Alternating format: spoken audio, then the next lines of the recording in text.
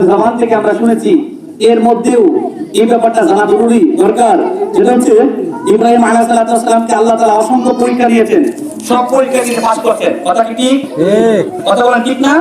সব পরীক্ষা তিনি পাস করেছেন। আল্লাহ তাআলা সবাই একমত, মানে বৃদ্ধ বয়সে, সেটা 90 বছর, 95 বছর, 120 বছর, অনেকের অনেক মত আছে, কিন্তু এটা সবাই একমত আল্লাহ তাআলা নবী ইব্রাহিমকে বৃদ্ধ বয়সে বুড়া অবস্থায় একটা সন্তান দিয়েছিলেন। সে সন্তানের নাম জানি কি? ইসমাঈল আলাইহিস সালাম। সে নাম কি? ইসমাঈল। এই সন্তানটা পাওয়ার পরে বলুন তো, সন্তান যাদের আছে ওই সন্তানের প্রতি যে বাবা মার ভালোবাসা, এটা আল্লাহ প্রদত্ত, মানে আল্লাহ পাকের দেয়া। এই ভালোবাসার মধ্যে কোনো ধরনের কোনো ফরমালিটি নাই, কোনো ধরনের কোনো ঝামেলা নাই, ভেজাল মুক্ত, নির্ভেজাল, কাটি আসল ভালোবাসা হচ্ছে সন্তানের প্রতি বাবা মা। কথা কি ঠিক না? বৃদ্ধ বয়সে তা আবার সন্তানটা পাইছি, একটা সন্তান, তা আবার বৃদ্ধ বয়সে পাওয়ার পরে উৎফুল্ল মেজাজ, আনন্দিত হয়েছে।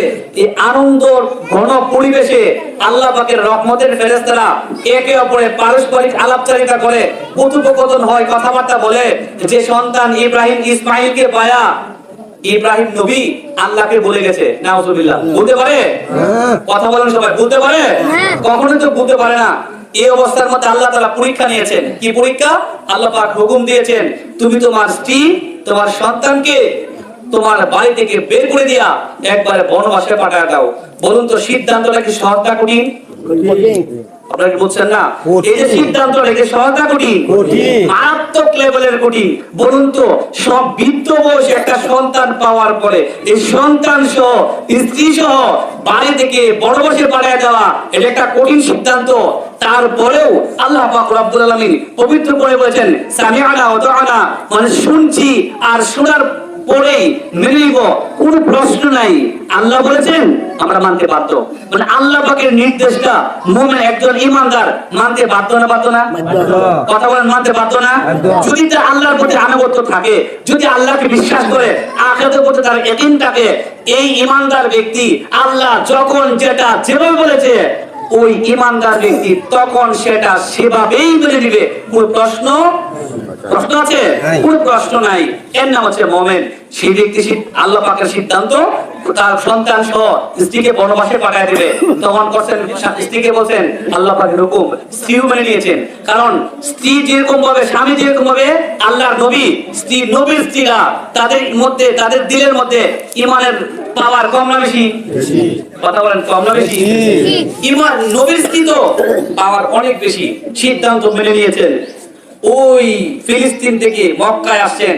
আয়েশা মক্কার অদূরে যাইতে যেতে যেতেছে, যেখানে গাছপালা তুল্যতা আছে, জিজ্ঞাসা করে আমাদের আবাসস্থল কি এখানে? না না, আমাদের আরো সামনের দিকে যেতে হবে। জিবরাইল ফেরেশতা বলে আবার সামনের দিকে যাও, সামনের দিকে যাও। যাইতে যেতে যেতে যেতে এমন একটা জায়গা দিয়ে পৌঁছে, যেই জায়গার মধ্যে একদম সূর্যের আলো প্রখর, তীব্র গরম, আর নিচ দিয়া মরুভূমির উত্তপ্ত গরম, উপর দিক থেকে সূর্যের গরম। এই দুই গরম যখন একাকার, এইরকম পরিস্থিতির মধ্যে রাইকা জিবরাইল বলেছে তোমাদের আবাসস্থল এখানে। বলুন তো, জায়গাটা সহজ না কঠিন? মারাত্মক লেভেলের কঠিন। এমন একটা সিচুয়েশনে, এমন একটা পরিস্থিতিতে যখন চলে আসবে, স্ত্রী এক হৃদয় বিদারক, হৃদয়টাকে ছিঁড়ে যাওয়ার মতো কষ্টের একটা কথা বলেছেন। কি কথা বলেছেন? স্বামী, আপনি আল্লাহ পাকের হুকুম পালন করেছেন, এটা আমি জানি, আল্লাহ হুকুম করেছেন, কিন্তু আপনার কাছে আমার আর্জি, আমি তো মুসলমান, আমার সন্তান তো মুসলমান। এই মুসলিম থাকার কারণে আমাদের একটা নিজাম আছে, একটা নীতিমালা আছে। কি? দাফন কাফনের ব্যবস্থা। হিন্দু কি দাফন করে? মুসলমানকে দাফন করে না? একটা সম্মানের সাথে। এই যে আমরা আমাদের এই এলাকার মানুষগুলো মারা গেলে আমরা ঈদগাহ মাঠের মধ্যে কত সম্মানের সাথে নামাজ আদায় করে, জানাজার নামাজ আদায় করে, একদম ভালোভাবে কবরের মধ্যে কবরস্থ করি, করি না? করি না? এই যে একটা অবস্থা, মানে সম্মান সূচক অবস্থা। তখন তিনি বলছেন, সম্মান সূচক অবস্থার মধ্য দিয়া আপনি অন্ততপক্ষে আমাদেরকে 1-2 দিন পরে আইসা দাফন কাফন করে যায়, তো নিশ্চিত মারা যাবো।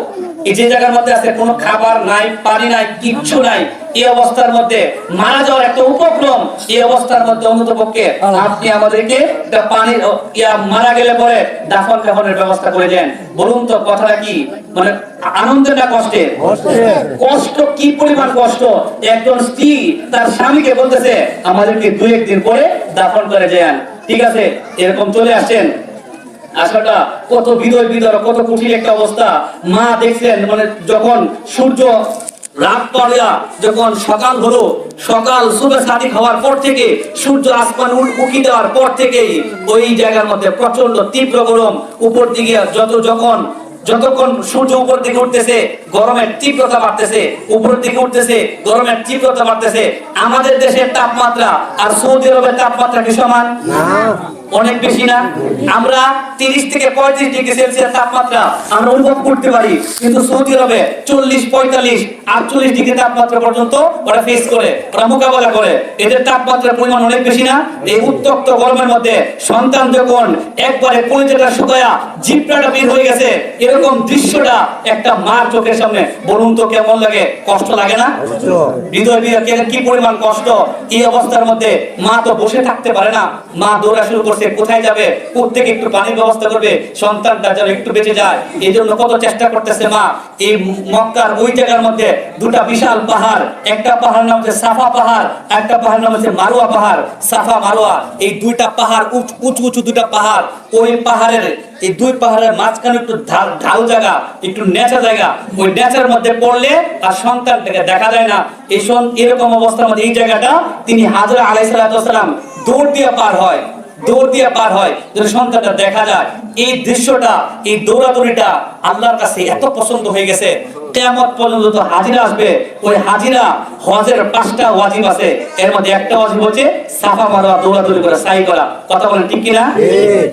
এই দৌড়টা আল্লাহর কাছে পছন্দ হয়ে গেছে। কিয়ামত পর্যন্ত হাজিরা আসবে, ওই হাজিরাকে অনুসরণ করে ওই জায়গার মধ্যে হাঁটাহাঁটি দৌড়াদৌড়ি করতে বলে। সুবহানাল্লাহ। এই অবস্থার মধ্যে দেখলেন, হঠাৎ করে তাকা দেখলেন ওই যেখানে বাচ্চাটা, এর উপর অনেকগুলো পাখি উঠতেছে। আরবের সিস্টেম হচ্ছে, নিয়ম হচ্ছে, যেখানে পানি থাকবে এর উপরে পাখিরা পানি পান করার জন্য আসে, দৌড়ায় আসেন। আয়েশা দেখে সন্তানটার পায়ে বাড়ি লাগিয়া, মানে পায়ের কাছে নিচ থেকে আল্লাহর কুদরতি ভাবে পানির ব্যবস্থা হয়ে গেছে। জুড়ে বলেন না সুবহানাল্লাহ। পানির ব্যবস্থা হয়েছে। মা অত্যন্ত খুশি, সন্তান থেকে পানি পান করেছে। জুতোর সাথে বালু দিয়া ওটা একটা বেড়া দিয়েছেন, আটকাই দিয়েছেন। এই পানিটা আপনি জানেন কিসের পানি? এই পানিটাই গোটা পৃথিবীর শ্রেষ্ঠতম পানি, জমজম কূপের পানি। সুবহানাল্লাহ। এই পানি এত বরকতময় পানি, এই পানিটা গোটা দুনিয়ার সমস্ত পানি পান করতে হবে পয়সা, কিন্তু এই পানিটা, এই জমজম কূপের পানিটা সম্মানার্থে টেবলাম কইয়া দাঁড়ায় পান করতে হয়। সুবহানাল্লাহ। আর এই পানিটাকে আল্লাহ পাক এত সীমাছেন, মক্কার কোন ব্যক্তিকে যদি একটা বিষাক্ত সাপে কামড় দেয়, কয়েকটা আজওয়া খেজুর এবং জমজম কূপের একটু পানি পান করলে আল্লাহ তাআলা বিষাক্ত সাপের বিষকে পানি বানায় দেন। তাহলে এই পানির বরকত আছে না নাই? এখন পর্যন্ত এই পানির বরকত আছে না? কিয়ামত পর্যন্ত থাকবে। আল্লাহ পাক রব্বুল আলামিন সন্তান ইসমাঈল আলাইহিস সালামের পায়ের গোড়ালি দিয়া পানি বের করছেন। ওই পানিটা আল্লাহ পাক দারু বানিয়ে দিয়েছেন। এইখান থেকে এই পরীক্ষা নেওয়ার পরে আল্লাহ বলেছে, যাও তুমি তোমার সন্তানকে বাড়িতে নিয়ে যাও, স্ত্রীকে বাড়িতে নিয়ে যাও। আমি যে পরীক্ষা করেছিলাম, পরীক্ষায় তিনি ফেল। পরীক্ষা তিনি ফেল। কম নাম্বার পায়, বেশি নাম্বার পায়? 100 থেকে 100 নাম্বার পেয়েছেন, কোনো প্রশ্ন নাই। আল্লাহ আপনি বলেছেন আমার আর কোনো প্রশ্ন নাই। মুমিনের সিফত তো এটাই হওয়া চাই। মুমিনকে আল্লাহ পাক রব্বুল আলামিন যখন যেটা যেভাবে করতে বলবেন তখন সেটা সেভাবে করে নেবে, আর কোনো প্রশ্ন নাই। কোনো প্রশ্ন আছে? আমাদের কথা হচ্ছে আল্লাহ পুষ্পা শীতের মধ্যে এরকম ফজরের আগের মধ্যে এত ফজরের সময়, এত প্রখর ঠান্ডার মধ্যে আপনি ফজরের নামাজ থেকে ফরজ করতেন, আপনি পারতেন না? সকাল 9টার সময়টা ফরজ করতেন, সকাল 9টার সময় আমি উযু করে নামাজটা পড়তে আমার সহজ হতো। কিন্তু না, আল্লাহ যেটা বলছেন আমি যদি সেটাকে মেনে নিতে পারি তাহলে আমার নাম মুমিন, আমার নাম মুসলমান। কথা ঠিক না বেটি? এই জন্য কথা মেনে নিয়েছেন তিনি। এর পরবর্তীতে আমরা সংক্ষিপ্ত করে বলছি, 7 বছর বয়স যখন হয়েছেন শিশু ইসমাঈল আলাইহিস সালাম, এই 7 বছর বয়সে শিশু ইসমাঈলকে আল্লাহ পাক রব্বুল আলামিন স্বপ্ন দেখেছেন বাবাকে ইব্রাহিম আলাইহিস সালামকে, তুমি তোমার প্রিয় বস্তুকে কুরবানি করো। তখন তিনি কুরবানি করছেন। আল্লাহ পাক দ্বিতীয় রাতে আবার দেখাইছেন, তুমি তোমার প্রিয় বস্তুকে কুরবানি করো। তৃতীয় রাতে আবার দেখছেন। এরকম বারবার দেখার পরে তার দিলের মধ্যে একটা ইয়াকিন আসছে, বিশ্বাস আসছে যে এই পৃথিবীতে আল্লাহ পাক রব্বুল আলামিন আমাকে 90 বছর, 95 বছর অথবা 120 বছর অর্থাৎ বৃদ্ধ বয়সে আল্লাহ তাআলা আমাকে একটা সন্তান দিয়েছেন। সেই সন্তানের মহব্বত, সেই সন্তানের প্রতি ভালোবাসা আমার সবচেয়ে বেশি। সুতরাং আমার প্রিয় বস্তু একটাই, এই সন্তানটাকে আমি আল্লাহর রাহে আল্লাহর সন্তুষ্টির জন্য কুরবানি করে দিব। সুবহানাল্লাহ। সব হাজরা আলাইহিস সালামকে স্ত্রীকে বলেন তোমার সন্তানটাকে একটু সাজায় গোছায় দাও, আমি মালিকের দরবারে বেড়াইতে যাব। একজন সন্তানের ব্যাপারে যখন মার কাছে বাবা বলে সন্তানদেরকে নিয়ে বেড়াইতে যাব, মা খুশি হয় না যে বাবার সাথে বেড়াইতে যাবে? এটা আনন্দের ব্যাপার। এরকম ভাবে সাজগোজ করে তাকে যখন পাঠাইছেন, পাঠানোর পরে এমন একটা অবস্থা, শয়তান চিন্তা করছে। শয়তানের চিন্তা কি ভালো না খারাপ? সবাই বলে শয়তানের চিন্তা ভালো না খারাপ? খারাপ চিন্তা করছে। যদি আজকে কুরবানি হয়ে যা, ইব্রাহিম আলাইহিস সালামের এই যে নজির, গোটা পৃথিবীর সমস্ত আনিত মানুষেরা চিন্তা করবে যে এত পরিমাণ আল্লাহর প্রতি আনুগত্য দেখায় সন্তানটাকে পর্যন্ত মুসলমান জবাই করে দিতে পারে, এর চেয়ে বড় আনুগত্য আর কিছু হতে পারে? এদের তার ঈমান, এই দৃশ্য দেখে মুসলমানদের ঈমান বৃদ্ধি পাবে। এই চিন্তা করিয়া শয়তান গেছেন বিবি হাজেরার কাছে, যায় বলতেছে তুমি তোমার সন্তানকে কোথায় পাঠাইছো? তো বাবার সাথে বেড়াইতে পাঠাইছি। না, বাবার সাথে বেড়াইতে গেছে না, তোমার স্বামী তোমার সন্তানকে জবাই করে দেওয়ার জন্য, হত্যা করার জন্য নিয়ে গেছে। তখন তিনি বলছেন না, কখনোই হতে পারে না, স্বামী বাবা কোন সন্তানকে জবাই করতে পারে না। পারে নাকি? কথা কোন পারে না, কখনো এটা করতে পারে না। বলছে যে বারবার পিড়াপিড়ির পরে যখন বিশ্বাসই করতে পারতেছে না, তখন শয়তান চিন্তা করছে আসল কথাটা বলে দেই। আসল কথা কি? বলতেছে তোমার স্বামীকে আল্লাহ পাক হুকুম দিয়েছেন তোমার সন্তানকে জবাই করার জন্য, এই জন্য তোমার সন্তানকে জবাই করার জন্য দেখছো না তোমার স্বামী ছুরি নিছে, দড়ি নিছে, এইগুলা নিয়ে কি বাড়াইতে যা, এইগুলা নিয়ে তোমার স্বামী তোমার সন্তানকে জবাই করার জন্য গেছে। তখন তিনি কি উত্তর দিয়েছেন? তিনি বলতেন যে কেমন স্ত্রী? তিনি বলতেছেন আল্লাহ যদি হুকুম দেয় আমার স্বামীকে জবাই করার জন্য, এই ব্যাপারে আমার বিন্দু পরিমাণ কোনো আফসোস নাই। সুবহানাল্লাহ। চিল্লা বলেন না সুবহানাল্লাহ। তখন দেখছেন শয়তান কি এখানে পারছে না? ব্যর্থ পারছে, একদম ব্যর্থ। এই ব্যর্থতার গ্লানি নিয়ে এখন কি করা যায় চিন্তা করছে। এখন তো পারলাম না, তাহলে এক কাজ করি, বাচ্চাটার কাছে যাই, পিচ্চিটার কাছে যাই। পিচ্চির কাছে যাই বলি তোমার বাবা তোমাকে জবাই করতে নিয়ে যেতেছে, তুমি এখান থেকে ফিরো, এখান থেকে ভাগিয়া চলে যাও, তাহলে হয়তো বা সে চলে যেতে পারে। পিচ্চির কাছে যাই বলতেছে, ইসমাঈল আলাইহিস সালামকে বলতেছে যে ছোট বাচ্চা ইসমাইলকে বলতেছে তুমি কই যাও? তো বাবার সাথে বেড়াইতে যাই। না যায় লাভ নাই, তুমি এখান থেকে ভাগিয়া চলে যাও। কারণ কি? তো যাই বাজে তুমি, তোমার বাবা তোমাকে নিয়ে যেতেছে জবাই দেওয়ার জন্য, তুমি এখানে যাও না, তোমাকে জবাই দিয়ে দিবে। সন্তান বলতেছে বাবা কি জানি বলতেছে আমার কানে কানে, তুমি নাকি আমাকে জবাই করতে যেতেছো? জিজ্ঞাসা করাটা কি জিজ্ঞাসা করে জবাই করতে যেতেছো? বাবা বলে যে শয়তান তোমাকে ধোঁকা দিচ্ছে, শয়তানকে পাথর মারো। বাবা এবং সন্তান উভয়ই পাথর মারার জন্য মনস্থির করলেন এবং পাথর মারলেন। এই শয়তানকে পাথর মারাটা আল্লাহর কাছে পছন্দ হয়ে গেছে। কিয়ামত পর্যন্ত হাজিরা হজ করতে যাওয়ার পরে যারা হজ করতে যায় পাথর মারা লাগে না? লাগে না? কথা বলা লাগে না? এটাকে আল্লাহ পাক পছন্দ হয়ে গেছে, এটাকে জারি করে দিয়েছেন, আবশ্যক করে দিয়েছেন পাথর মারা। তখন সামনে দিয়ে গেছে, যাওয়ার পরে যেখানে যে জবাই করবে সেই জায়গাতে পৌঁছার পরে সন্তানকে বাবা প্রশ্ন করেছেন, বাবা আল্লাহর হুকুম হয়েছে তোমাকে জবাই করার জন্য, তুমি এর ব্যাপারে কি অভিমত, তোমার মতামত কি? মুফাসসিরিনে কেরাম এই আয়াতের ব্যাখ্যায় বলেছেন সন্তানের ব্যাপারে কেন প্রশ্ন করবে, জিজ্ঞাসা করবে? বাবা জিজ্ঞাসা এজন্যই করেছে যে ওই সন্তানটাও ভবিষ্যৎ নবী। নবী না? কথা বল, নবী না? যিনি শিশু বাচ্চা ইসমাইল তিনি কি নবী না? তিনি ভবিষ্যৎ নবী। তার ইয়াকিন, তার বিশ্বাস, তার তাকওয়া, তার পরহেজগারি কি পরিমাণ আছে এটা পরীক্ষা করার জন্য বাবা প্রশ্ন করছেন। আর প্রশ্ন করার পরে আমাদের দেশের সন্তানদেরকে যদি বলা হতো তোমারে আমি আজর ইয়ার বাইন্ডিয়া 2 ঘন্টা বাইরাম, এটা আমার ডিসি স্যার নির্দেশ দিয়েছে, তখন ডিসি স্যার বা আমি যারা চাকরি করি চাকরির বস আমার নির্দেশ দিয়েছে তোমার বাইন্ডিয়া 2 ঘন্টা বাইরাম, এই কথা যদি কোনো বাবা কোনো সন্তানকে বলে তো সন্তানের উত্তরটা কি হবে? আমাদের জানা আছে না বিষয়টা? জানা তো নাকি? সন্তান বলবে তুমি কেমন বাবা, তুমি তো বাবা নামের কলঙ্ক, তোমার বাড়িতে আমি বাড়িতেই থাকতাম না, এই যে বাড়ি গেলাম আজকে। তুমি আমার 2 ঘন্টা কার কথা শুনে, তোমার বসের কথা শুনিয়া তুমি আমার বাড়িতে 2 ঘন্টা বাড়িবা? তোমার মতো এরকম কলঙ্কযুক্ত বাবার আমার কোনো প্রয়োজন নাই। এই যে তোমার বাড়িতে গেলাম, প্রয়োজনে ভিক্ষা করে গেলাম, তারপর তোমার বাড়িতে পড়তাম না। কথা বলে ঠিক না?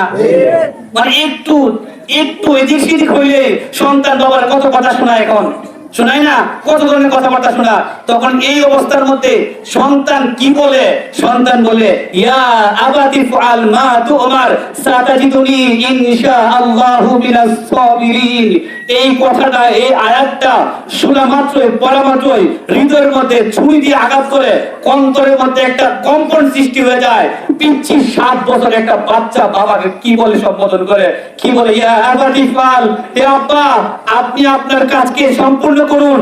আপনাকে আল্লাহ পাক যে নির্দেশ দিয়েছেন সেই নির্দেশটা পালন করুন। সাতাজিদুনি ইনশাআল্লাহু মিনাস সাবিরিন।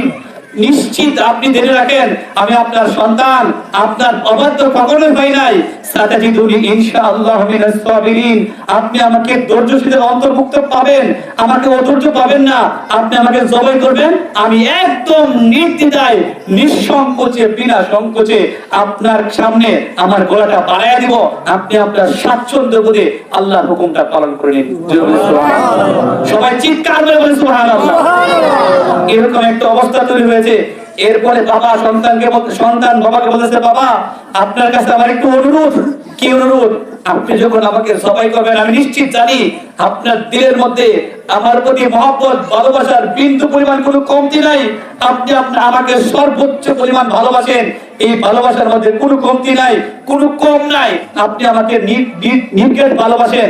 এই ভালোবাসার জায়গা থেকে আপনি যখন আমাকে জবাই করতে যাবেন, ওই নজরটা যদি, ওই চাহনিটা যদি আমার মুখের উপর পড়ে, আমার চেহারার উপর পড়ে, আপনি হয়তো জবাই করতে একটু ইতস্ততা বোধ করবেন। সুতরাং আপনি জবাই করার সময় আপনার চোখটা বাইন্ধে নিয়েন, আমার চোখটাও বাইন্ধে নিয়েন।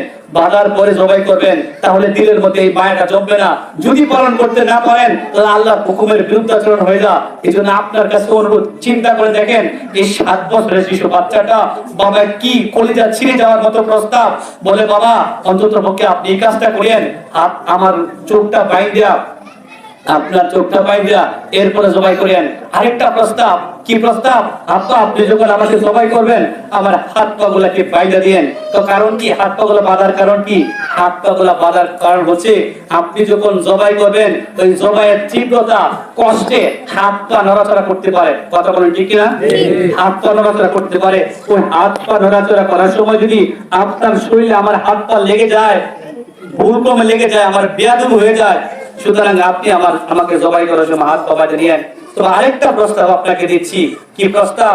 আপনি যখন এখান থেকে বাড়িতে যাবেন, আমরা তো বুঝি অপেক্ষায়, আপনার অপেক্ষায়, আমার অপেক্ষায় বসে আছে। আপনি যাওয়ার পরে আম্মা জিজ্ঞাসা করবে, সন্তান কোথায়? তখন আমার এই রক্ত বাঁকা জামাটা আমার আম্মার কাছে দিবেন। আর আম্মা যখন কান্নাকাটি করবে, চিল্লাচিল্লি করবে আমার জন্য, তখন আপনি আমার আম্মাকে ধমক দিয়েন না, মাইরেন না, তাকে বুঝেন, তাকে পরামর্শ দিয়েন যে তোমার সন্তান বলেছে অচিরেই তোমার সাথে, একই সাথে জান্নাতে তোমার সাথে দেখা হবে। সুবহানাল্লাহ। কঠিন প্রত্যেকটা কথা হৃদয়ের মধ্যে কেমন ভাবে আঘাত করে, কেমন ভাবে লাগে। এরকম অবস্থার মধ্যে সন্তানকে যখন জবাইয়ের জন্য প্রস্তুত দিলেন, আসমানের গোটা ফেরেশতা কান্না রুল করে, আল্লাহ আপনি কি এখনো তাদের পরীক্ষা নেবেন না, পরীক্ষা শেষ করবেন না? কি এমন পরীক্ষা নিচ্ছেন, কি কঠিন পরীক্ষা নিচ্ছেন? এত কঠিন পরীক্ষা, এই পরীক্ষার মধ্যে উত্তীর্ণ হইয়া তিনি যখন ছুরি চালাইছেন, যখন চোখটা বাঁধা অবস্থায় আল্লাহু আকবার বলে যখন তার সন্তানের ইয়াকিনে, বিশ্বাসে এমনটাও করে নাই যে আমি একটু পিছনে করি, একটু লেন্দি করি, একটু দেরি করি, যাতে আল্লাহ আমার বলে যে থামায় দাও। তার দিলের মধ্যে একটাই চিন্তা, আমার সন্তানকে জবাই করেই লাগবে, কেউ আমাকে ফিরাইতে পারবে না, জবাই করবই। এরকম চিন্তা ফিকিরে যখন ছুরি চালাইছে, আল্লাহ পাক রব্বুল আলামিন আসমান থেকে জিবরাইল ফেরেশতাকে পাঠালেন, যাও জিবরাইল ফেরেশতা, আমার খলিল যে সিদ্ধান্ত নিয়েছে জবাই না করা পর্যন্ত তিনি ক্ষান্ত হবেন না, স্থির হবেন না, তাকে ধরে যাও, জান্নাত থেকে একটা তুম্বা, জান্নাত থেকে একটা পশু নিয়া ওই তার ছুরির নিচে ধরে দাও এবং তার সন্তানটাকে এখান থেকে মুক্তি দিয়ে দাও। সুবহানাল্লাহ। এই অবস্থার মধ্যে, এরকম অবস্থার মধ্যে তাকে মুক্তি দিয়ে দিলেন। তাকে মুক্তি দিয়ে দিলেন, তাকে ওইখান থেকে রেহাই দিয়ে দিলেন। যখন এরকম পরে রক্তের একটা আওয়াজ আছে না, কোন রক্তের একটা আওয়াজ আছে না, এই রক্তের একটা বস করে আওয়াজ যখন বের হয়েছে, আওয়াজ বের করার সাথে সাথে তার দিলের মধ্যে একটা প্রশান্তি অনুভব হয়েছে। আল্লাহ, আপনার রাহে আমার সর্বোচ্চ জিনিসটা কুরবানি করতে আমি সক্ষম হয়েছি। আল্লাহ, আপনি আমার কুরবানিকে কবুল করেন। আল্লাহ, আপনি আমার কুরবানিকে কবুল করেন। আমি আমার জায়গা থেকে সর্বোচ্চ পরিমাণ চেষ্টা মেহনতের মধ্য দিয়ে আমার সন্তানকে কুরবানি করতে সক্ষম হয়েছি। যখনই তার চোখটা খুললেন, দেখলেন অজানা এক জন্তু আইসা ওখানে জবাই হয়ে গেছে, সন্তানটা দূরে পড়ে গেছে। সন্তানের বাবা, আসো আসো, তোমাকে জবাই করাই লাগবে। আল্লাহ পাক রব্বুল আলামিন আসমান থেকে ওহী পাঠাইলেন, হে খলিল, আপনার কাছ থেকে আমি যে পরীক্ষা নিয়েছিলাম ওই পরীক্ষায় আপনি ফেল করেছেন। ফেল করেছেন, নাম্বার কম পাইছেন, 100 থেকে 100 নাম্বার পায়া আপনি পুঙ্খানুপুঙ্খানুভাবে আপনি পাস করেছেন। আল্লাহ তাআলা এই কুরবানির মাধ্যমে এই ত্যাগ, এই প্রতিজ্ঞা, এই স্যাক্রিফাইসটা মোমেন্টদেরকে শেখায়। এই মোমেন্টটা যখন এটাকে শিখতে পারে, ধারণ করতে পারে, আল্লাহ তাআলা তাকে ওই একটা কুরবানির বিনিময়ে আল্লাহ তাকে তার জীবনের সমস্ত গুণাকে মাফ করে দেন। কুরবানি পশু জবাই করতে, এই চিন্তা করতে হবে, আমি কুরবানি করছি, জবাই করছি, গোশত খাইছি, আত্মীয়স্বজনকে গোশত দিছি, ব্যাপারটা কিন্তু এমন না। এই কুরবানি যখন এরকম ত্যাগের হবে, এই কুরবানিটাই আল্লাহ পাক রব্বুল আলামিন কবুল করে দিবেন। আর একটা কুরবানি জীবনের জন্য নাজাতের জন্য যথেষ্ট হবে। কারণ আল্লাহ পাক রব্বুল আলামিন যা নেকি গণেন, আমরা 1 2 3 4 5 6 গুনি, ঠিক না? কিন্তু আল্লাহ ফেরেশতারা কিভাবে করে জানেন? একে ভুল করে গণে, 1 গণে পরে 10 গণে। সবের ক্ষেত্রে কত গণে? 1 এর পরে 10, 10 গণে। 10 এর পরে আর কোন সামনে একটা থামা থাকে নাই, সরাসরি 700। 10 এর পরে একবারে 700, 700 এর পরে 7000, 7 লক্ষ, 70,000, 70 কোটি।